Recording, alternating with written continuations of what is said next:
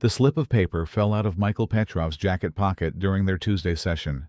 Just a small piece with numbers and letters that looked like a phone number. But Dr. Sarah Chen's CIA training kicked in immediately. It was a coded communication protocol she'd seen used by Russian intelligence services. Her patient of 3 years, the quiet software engineer with anxiety issues, had just accidentally revealed that he was operating under deep cover on American soil. What happened next would test everything, Dr. Chen thought she knew about trust, professional ethics, and the line between healing and hunting. Dr. Sarah Chen hadn't always been a therapist.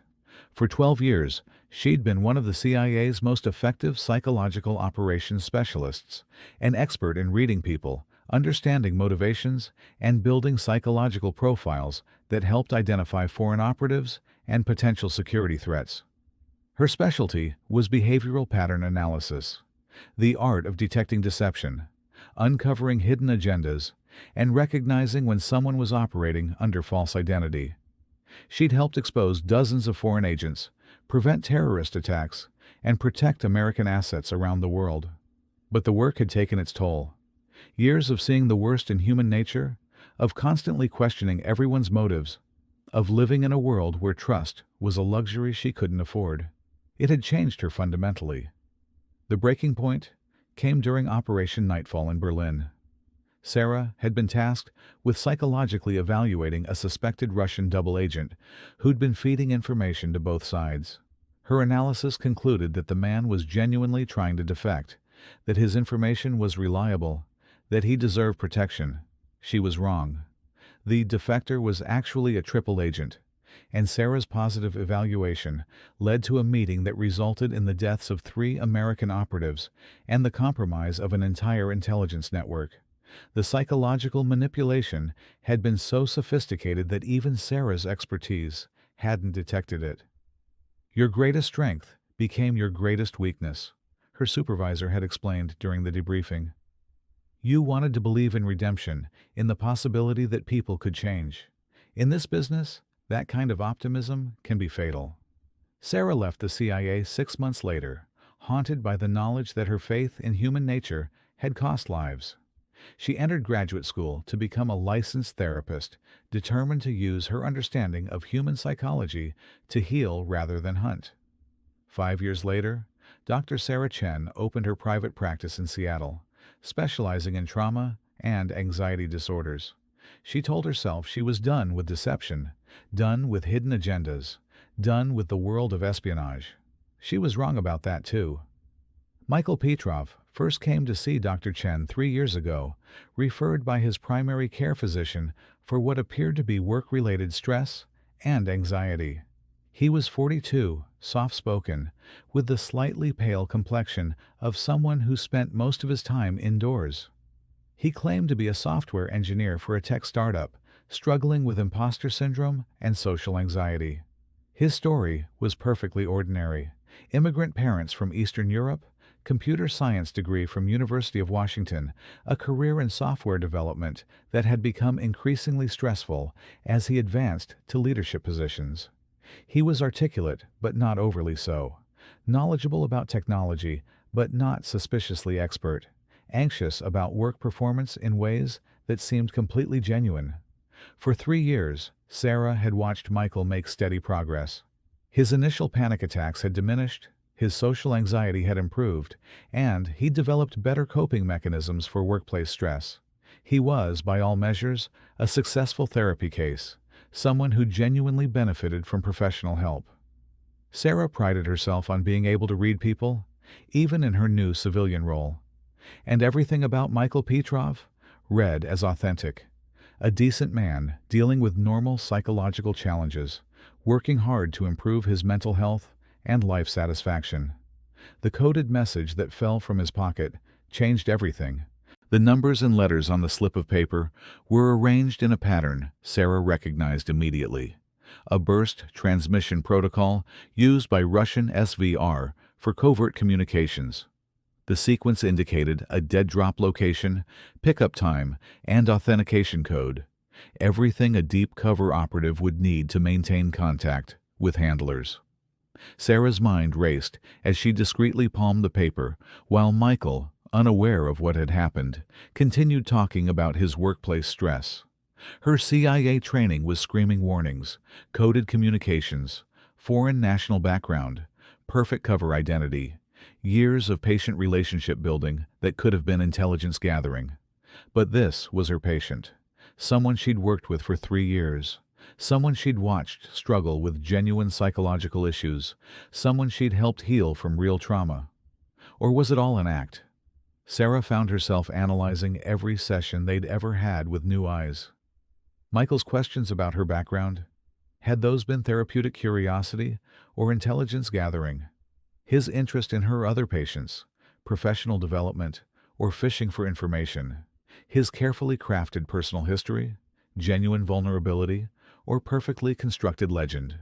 The worst part was recognizing her own blind spot. She'd been so determined to believe in healing, in authenticity, in the possibility of genuine therapeutic relationship, that she might have missed obvious signs of deception. "Dr. Chen?" Michael's voice broke through her racing thoughts. "Are you all right? You seem distracted." "I'm fine," Sarah replied, forcing herself back into therapist mode. "Please continue with what you were saying about the presentation." But even as she maintained professional composure, Sarah was making mental notes. Michael's micro-expressions when he thought she wasn't watching, the way he positioned himself to observe the door, the subtle changes in his speech patterns when discussing certain topics. All the signs had been there. She'd just been too invested in seeing him as a patient to recognize him as a potential threat. That night, Sarah did something she'd sworn never to do again. She began conducting covert surveillance on her own patient. Using skills she'd hoped to never need again, she started building a profile of Michael Petrov that went far beyond what he'd shared in therapy. The address he'd provided led to a perfectly normal apartment in Bellevue.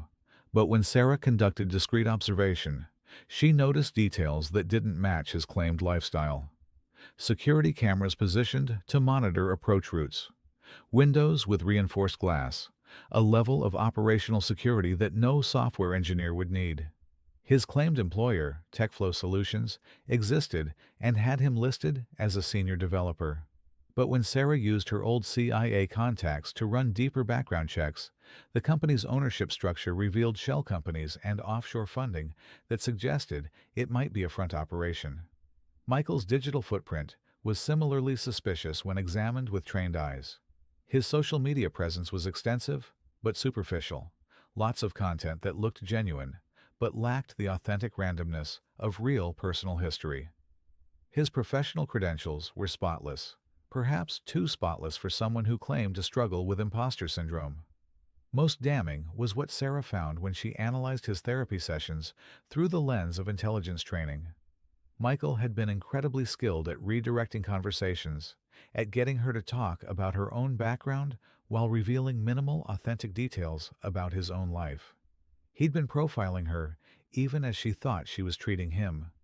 The breakthrough came when Sarah remembered something from their very first session 3 years ago. Michael had mentioned recognizing someone at a local coffee shop who reminded him of someone from the old days.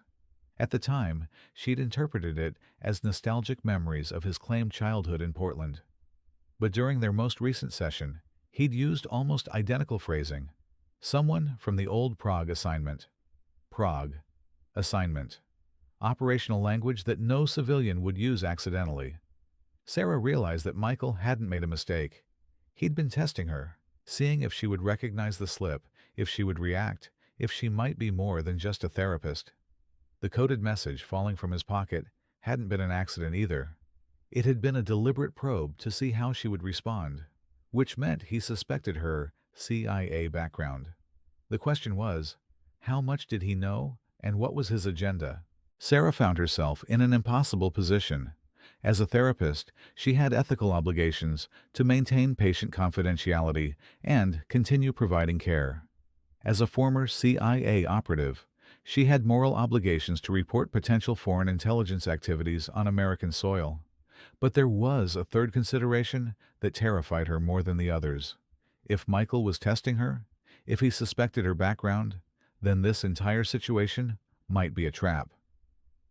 The patient-therapist relationship that she'd thought was genuine might have been a 3-year intelligence operation designed to compromise her, to turn her, or to eliminate her.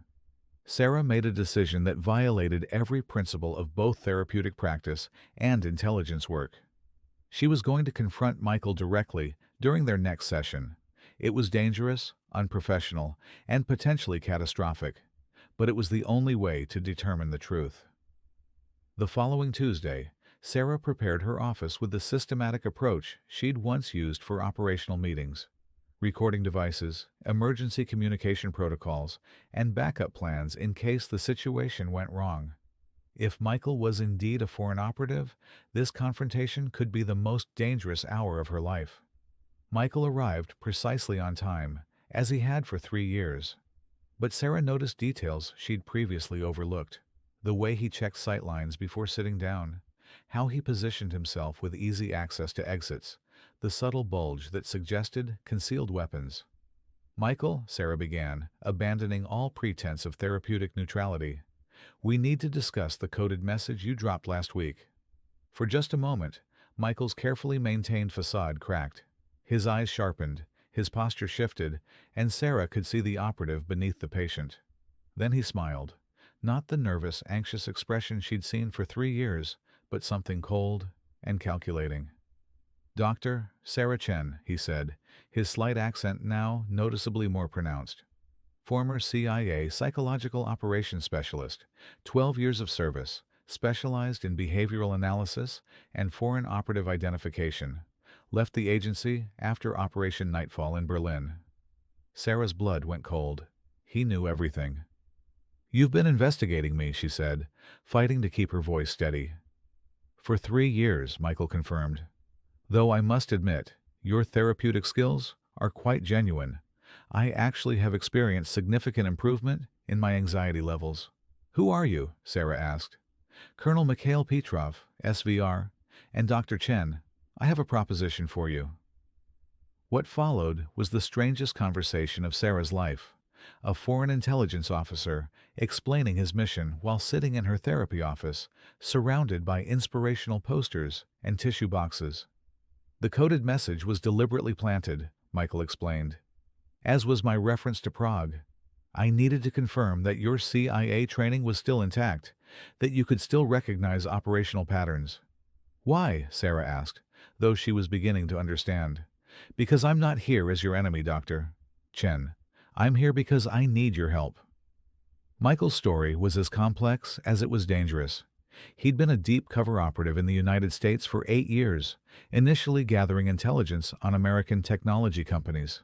But 3 years ago, he discovered that his SVR handlers were planning something far more sinister than industrial espionage. "They're preparing a psychological warfare operation," Michael explained. "Mass manipulation of American social media designed to incite violence and social breakdown. The goal is to create enough domestic chaos to justify Russian intervention in what they'll claim is a failed state." Michael had tried to report his concerns through official channels, but his objections had been ignored. Worse, he'd been reassigned to a more critical role in the operation, using his psychological expertise to help design the manipulation protocols. "That's when I sought therapy," Michael said. "I told myself it was for cover, to maintain my legend. But the truth is, I was developing genuine moral concerns about the operation. I needed to talk to someone who could understand both the psychological and intelligence implications." "And you chose me because of my background," Sarah realized. "I chose you because you left the CIA for ethical reasons, because you understood the cost of intelligence work on human conscience, because I hoped that if anyone could help me find a way to stop this operation without getting us both killed, it would be someone who'd faced a similar moral crisis." Sarah stared at this man she'd thought she knew, trying to process the implications of what he was telling her.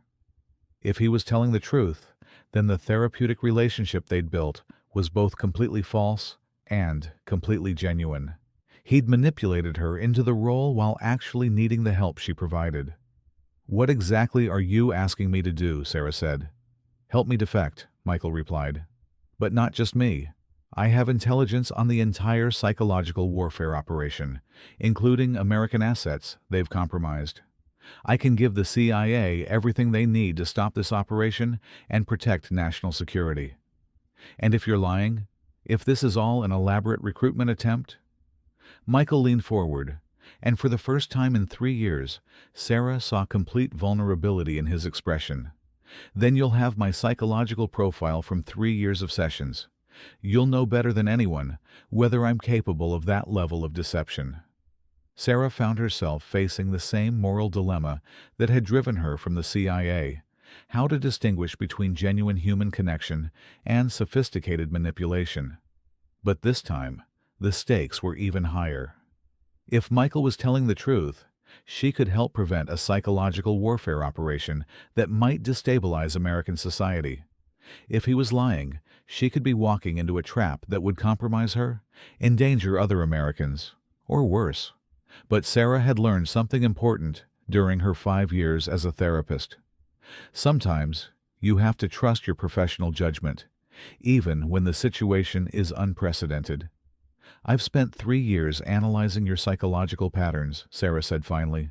Your anxiety responses, your emotional triggers, your moral reasoning processes. If you've been faking all of that convincingly enough to fool me in a clinical setting, then you're a better actor than any human being I've ever encountered. So you'll help? I'll make contact with my former colleagues, Sarah said. But Michael, if you're playing me, if this is some kind of operation, you need to know that I won't make the same mistake I made in Berlin. I won't let misplaced trust cost American lives. Michael nodded gravely. Dr. Chen, after 3 years of genuine therapy, I can tell you with complete honesty, the last thing I want is for anyone else to die because of psychological manipulation. What followed was the most complex and dangerous week of Sarah's life. Using contacts she hadn't spoken to in 5 years, she reached out to her former CIA handler and arranged a clandestine meeting to discuss a potential defector with critical intelligence. The agency's response was immediate and intense. Within 48 hours, Sarah found herself in a safe house across town, debriefing senior intelligence officials about her 3-year relationship with a Russian operative who claimed to want to defect. Dr. Chen, Agent Rebecca Martinez said during the briefing, "We need you to understand that this could be the most sophisticated recruitment operation we've ever encountered. The SVR might have spent 3 years positioning this asset specifically to compromise you. Or, countered Agent David Park, we might be looking at the intelligence coup of the decade. If his information about psychological warfare operations is accurate, this could prevent significant damage to American society." The decision was made to proceed cautiously. Sarah would continue her normal therapeutic relationship with Michael while wearing surveillance equipment, gathering additional intelligence, and looking for verification of his claims. For 2 weeks, Sarah found herself living a double life again, therapist by day, intelligence asset by night. But instead of the cynical manipulation of her CIA years, she was using her therapeutic skills to help a foreign operative work through the genuine psychological trauma of betraying his country for moral reasons. The breakthrough came when Michael provided coordinates for a dead drop location where the SVR had stored detailed plans for the psychological warfare operation. When CIA operatives recovered the materials, they found everything Michael had promised: sophisticated social media manipulation protocols, lists of compromised American academic and media figures, and timetables for operations designed to incite domestic violence. Dr. Chen, Agent Martinez said during Sarah's final debriefing, "Your psychological assessment was correct. Mr. Petrov appears to be genuine in his desire to defect and prevent this operation." 6 months later, Dr. Sarah Chen sat in her office with a new patient, a former intelligence operative dealing with the psychological aftermath of defection and cultural adjustment. Michael Petrov had successfully provided the CIA with intelligence that dismantled an entire SVR psychological warfare network, preventing what could have been catastrophic damage to American social stability. But the professional relationship had evolved into something unprecedented: a therapist treating a patient whose cover identity she'd helped create, whose genuine psychological needs she'd been addressing even while he was lying about his fundamental identity. "How do we process the therapeutic relationship we built under false pretenses?" Michael asked during one of their post-defection sessions. "I've been thinking about that," Sarah replied. "And I've realized that while your identity was false, your psychological needs were completely real. The anxiety, the moral distress, the need to talk through ethical dilemmas. All of that was authentic, even if the context was a lie. So the therapy was genuine, even though the patient wasn't." "The patient was genuine," Sarah corrected. "You were genuinely struggling with the psychological consequences of your work, genuinely seeking help with moral conflicts, genuinely developing anxiety about your role in operations that violated your ethical boundaries. The fact that you couldn't tell me the full truth about your situation doesn't mean your psychological needs weren't real." Michael nodded thoughtfully. In some ways, having a therapist who understood both the psychological and intelligence implications made the therapeutic relationship more effective, not less. "Which raises interesting questions about the nature of therapeutic trust," Sarah agreed. "But that's a discussion for your actual therapy sessions, not for operational debriefings." The experience had fundamentally changed Sarah's understanding of both therapy and intelligence work. She'd learned that human psychological needs transcend cover identities, that genuine healing could occur even within deceptive contexts, and that her CIA training and therapeutic skills weren't opposing forces. They were complementary tools for understanding human nature. The FBI offered Sarah a consulting position, using her unique experience to help develop protocols for identifying and treating intelligence operatives dealing with psychological conflicts. The CIA wanted her back for psychological operations work. Sarah declined both offers. "I'm exactly where I need to be," she told Agent Martinez. "The therapeutic office is where these complex human situations get resolved, not in government briefing rooms." But Sarah did make one change to her practice. She began specializing in treating clients with backgrounds in intelligence, military, and security work, people dealing with the psychological consequences of living double lives, making morally complex decisions, and carrying secrets that affected national security. "The thing about therapeutic trust," Sarah explained to a colleague, "is that it doesn't require complete honesty about external circumstances. It requires complete honesty about internal psychological experience. Michael couldn't tell me he was a Russian spy, but he could be completely truthful about his anxiety, his moral conflicts, and his psychological needs." 2 years after Michael's defection, Dr. Sarah Chen received a letter from the Department of Homeland Security. They were developing a new program for identifying and helping foreign operatives who wanted to defect for ethical reasons, and they needed someone who understood both the psychological and intelligence aspects of such cases. Sarah agreed to consult on the program, helping develop protocols that treated potential defectors as human beings with genuine psychological needs, rather than just intelligence assets to be exploited. The program was successful beyond expectations. Dozens of foreign operatives, inspired by Michael's example and drawn by the promise of genuine psychological support during the defection process, provided intelligence that helped prevent terrorist attacks, expose espionage networks, and protect American security. "What we learned," Sarah told a gathering of intelligence professionals, "is that treating people as human beings with complex psychological needs isn't just more ethical than treating them as assets to be manipulated. It's actually more effective." Michael Petrov, now living under a new identity and working as a cybersecurity consultant for the U.S. government, continued his therapy sessions with Sarah. But their relationship had evolved into something unique in the intelligence world, a genuine therapeutic alliance built on complete honesty about both external circumstances and internal psychological experience. "You know what's interesting," Michael said during one of their sessions. "I came to therapy initially as an intelligence operation, but I got more value from the genuine therapeutic relationship than I ever provided in intelligence value." "That's because healing is always more powerful than deception," Sarah replied. "It just took us 3 years and a near international incident to figure that out." 3 years later, When Sarah was asked to speak at the CIA's annual Psychological Operations Conference, she chose a title that summarized everything she'd learned: When the Patient Becomes the Case, Building Trust in Impossible Circumstances. But the real lesson, she told her audience, wasn't about intelligence techniques or therapeutic methods. The lesson is that human psychological needs transcend national boundaries, cover identities, and professional roles. When someone is genuinely seeking help with real psychological challenges, the healing relationship can be authentic even when everything else is a lie. And sometimes, she added, the most important intelligence comes not from sophisticated surveillance or complex operations, but from simply listening to what people are really trying to tell you when they think they're safe enough to be honest. Dr. Sarah Chen had learned that the most dangerous spies weren't always the ones trying to steal secrets. Sometimes they were the ones trying to give them away for the right reasons. And sometimes the most important mission wasn't protecting classified information. Sometimes it was protecting the human capacity for moral choice, even when that choice meant betraying everything you'd been trained to believe.